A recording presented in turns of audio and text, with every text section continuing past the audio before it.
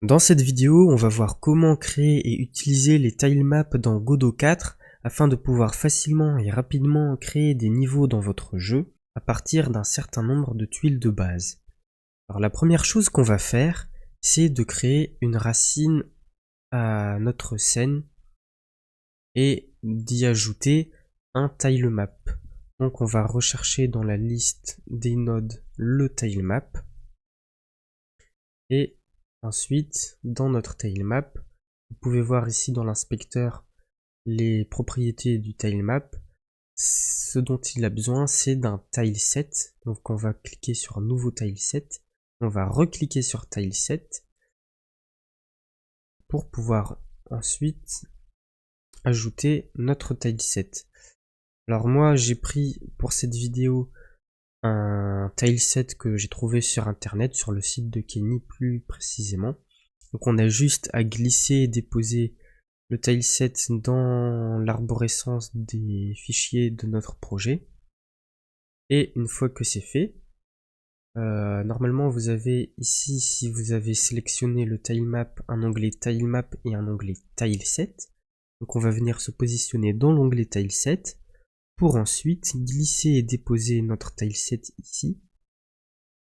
Donc là, il veut créer automatiquement les régions de texture, etc.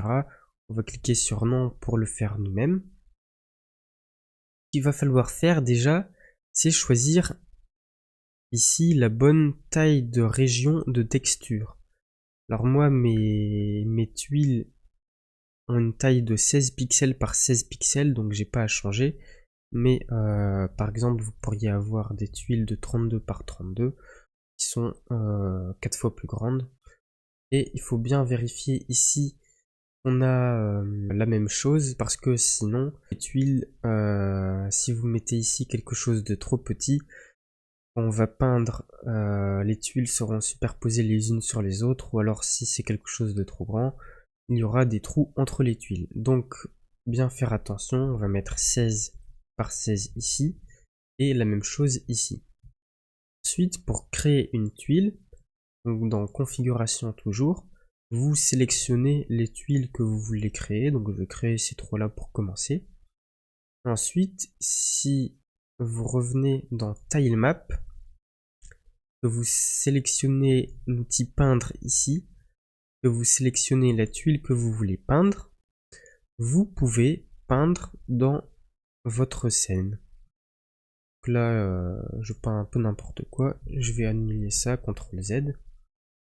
Donc on peut juste peindre comme ça, on peut changer de tuile à peindre, on peut en prendre une autre.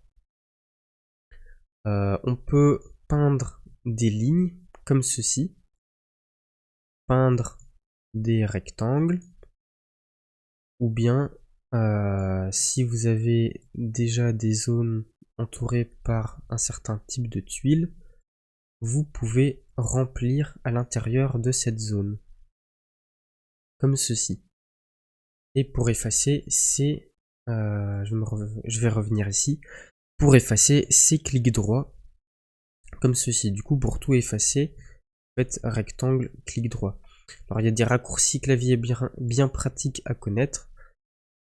Si vous faites Shift, clic gauche, vous pouvez peindre une ligne. CTRL Shift, c'est un rectangle, donc ça marche aussi pour effacer avec le clic droit. Et pour remplir, ça doit être B, c'est ça, B pour remplir. Et pour revenir ici, c'est D. Donc nous, ce qu'on va faire, c'est peindre un petit environnement de plaine avec des herbes un peu partout. Alors on voit pas grand chose, je vais zoomer un peu. Des herbes un peu partout et des fleurs. Et là, vous voyez que c'est un peu long de peindre toutes ces fleurs. Donc il y a une méthode pour aller un peu plus vite. Ça va être d'utiliser l'outil placer des tuiles aléatoires. Je clique dessus, ensuite je sélectionne les trois tuiles que je veux peindre. Ensuite je vais redessiner un rectangle de ces tuiles. Et vous voyez que ça m'a placé des tuiles aléatoirement parmi les trois. Alors là, moi je trouve qu'il y a beaucoup de fleurs. J'aimerais qu'il y ait beaucoup plus de tuiles de base vertes de plaine normale. Donc ce qu'on peut faire, c'est dans Tileset, dans peindre, on va sélectionner la propriété probabilité, comme ceci. Et vous voyez là que les probabilités sont à 1. C'est-à-dire qu'on a autant de chances de peindre toutes les tuiles avec l'outil peindre des tuiles aléatoires. Moi je vais changer ça, je vais mettre par exemple 0,3 pour la tuile d'herbe et 0,1 pour la tuile de fleurs. Comme ceci, j'écris ici la probabilité que je veux et je viens ensuite peindre la tuile de mon tileset que je veux mettre à cette probabilité là. Si je reviens dans mon tilemap, que j'efface ça et que j'en remets donc toujours avec l'outil placer tuiles aléatoires sélectionné, que je remets des tuiles aléatoires, maintenant on a bien quelque chose de beaucoup moins surchargé en fleurs et en herbes. Si ça ne me plaît pas, bah, je peux en redessiner un autre aléatoire. Voilà. De toute façon, bah, ça change pas grand chose, celui-là il me plaît. Donc ensuite, ce qu'on va faire, c'est placer d'autres éléments sur cette plaine.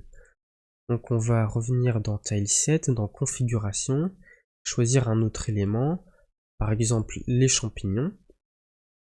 Je reviens dans le tilemap, je sélectionne ma tuile champignon, et si je la place, là vous voyez, problème, ça remplace mes tuiles de plaine. Moi c'est pas du tout ce que je veux, j'aimerais que mes champignons soient dessinés au-dessus de la plaine. Donc là ce qu'il va falloir faire, je vais annuler ça, CTRL Z, c'est créer un nouveau layer, une nouvelle couche sur laquelle on va dessiner les champignons et tous les autres éléments qui ne sont pas du sol, et garder la couche ici juste pour le sol. Donc on a un système de calque. Pour créer un nouveau calque, ça va être ici dans le tilemap, dans l'onglet layer. On a déjà un layer qui nous sert pour le sol, donc on peut le renommer ground, comme ça ici on a ground qui est apparu. On va ajouter un élément pour placer tous les autres éléments, maison, arbre, barrière, etc. Je vais appeler ça élément, tout simplement. Et donc maintenant on a bien deux calques disponibles. Et donc si je me place sur le calque élément, vous voyez que mes tuiles de plaine sont en grisé puisqu'elles ne sont pas sur ce calque-ci. Et si je dessine mes champignons, maintenant ils sont bien placés sur une couche par-dessus la première couche. Si je sors du tilemap, on a quelque chose de sympathique. Donc vous voyez, si je retourne ici sur ce calque-là, vous voyez que les champignons sont en grisé. Maintenant, on va placer des arbres. Donc on retourne sur le tileset et on crée les tuiles d'arbres comme ceci. Et on va venir les peindre sur notre tilemap. Alors là, vous voyez que je me suis trompé, je me suis pas mis sur la bonne couche. C'est quelque chose auquel il faut faire bien attention, de se mettre sur le bon calque, sur le bon layer. Donc je vais venir dessiner des arbres comme ceci, un peu partout, voilà.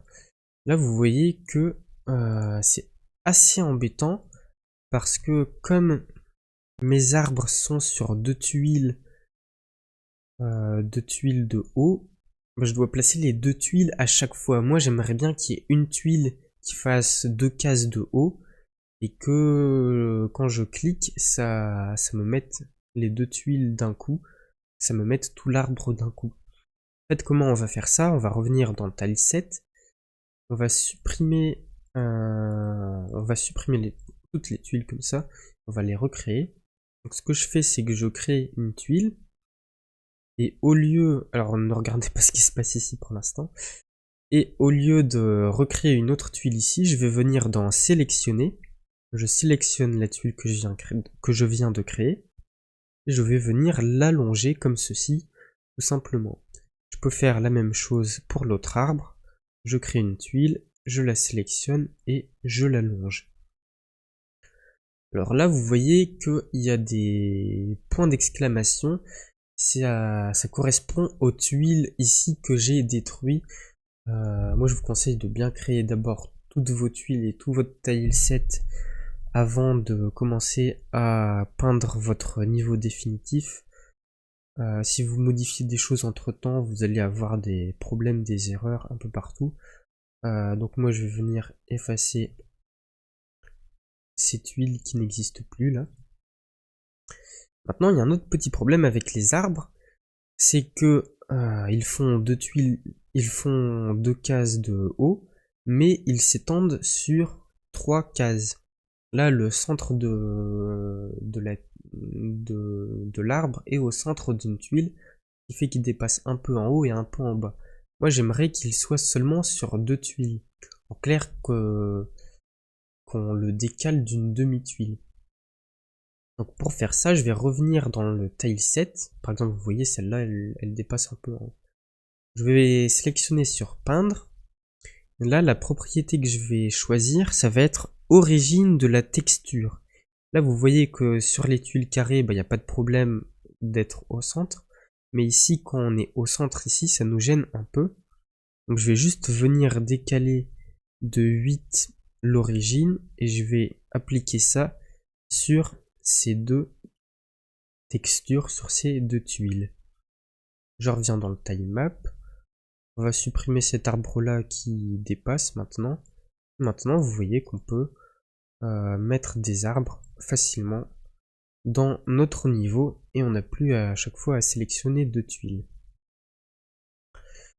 Maintenant, ce qu'on va faire, c'est placer des maisons. Tiens, on va revenir dans notre tileset. On choisit une tuile sur la maison.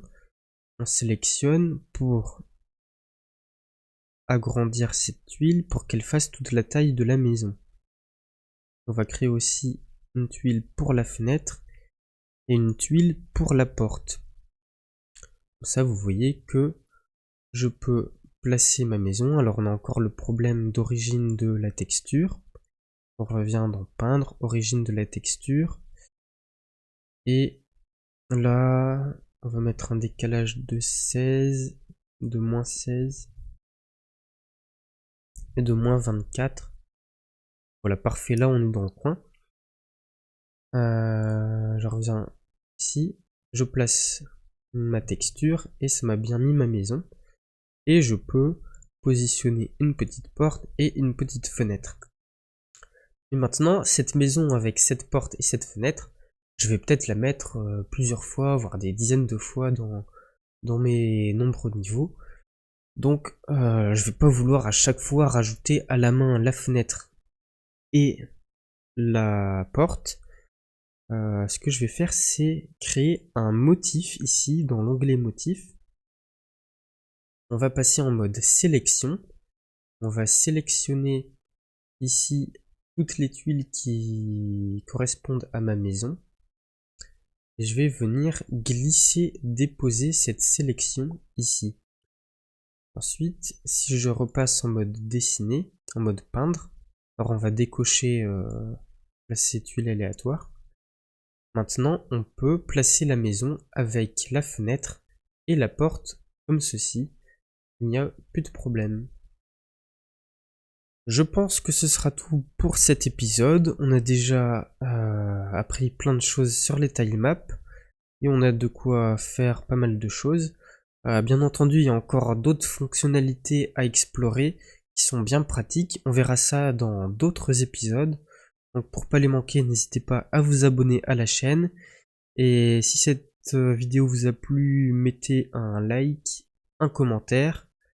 Et si jamais vous avez des questions, n'hésitez pas à me le dire en commentaire. Sur ce, je vais vous laisser là et je vous dis à la prochaine dans la prochaine vidéo. Salut!